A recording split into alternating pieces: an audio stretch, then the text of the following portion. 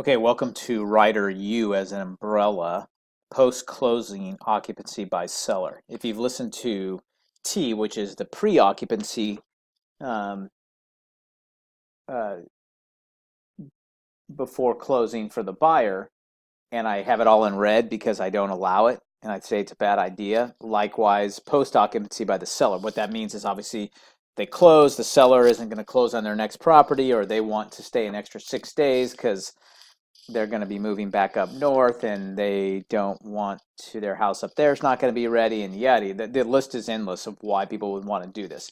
Once again, bad idea, right?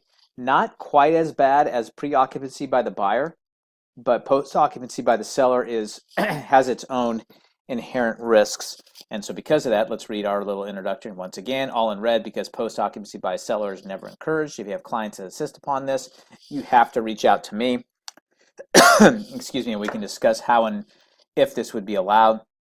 In short, the only way is for the buyer and seller to sign a hold harmless with us, and then they can have an attorney drop a post-occupancy agreement amongst themselves.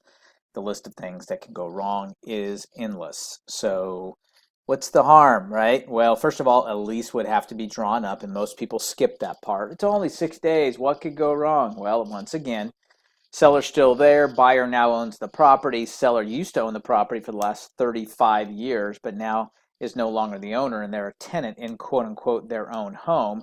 And something goes wrong, i.e., house fire, electrical fire, somebody gets hurt, slips and falls. Where is the liability? If there's a lease, we can cover some of that stuff, but most people, like I said, skip that and everything else. All of a sudden, the sellers who are now tenants in their own home, their closing gets delayed by 10 days up north, and the buyer who bought the home that wants to move in, that gave them 6 days, doesn't want to give them 10 days.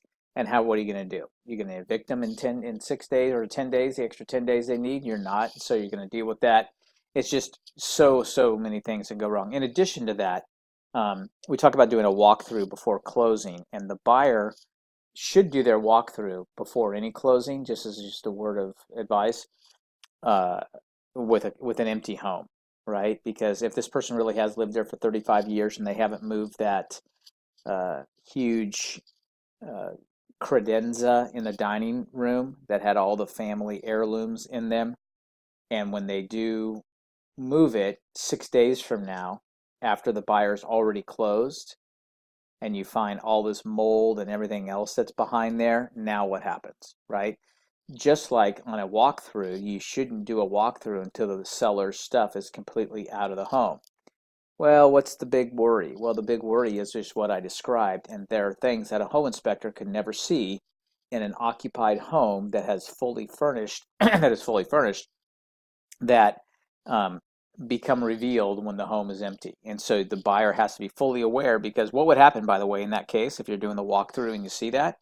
Well, if your buyer's not convinced that it's okay, they don't close. Yeah, but it doesn't matter.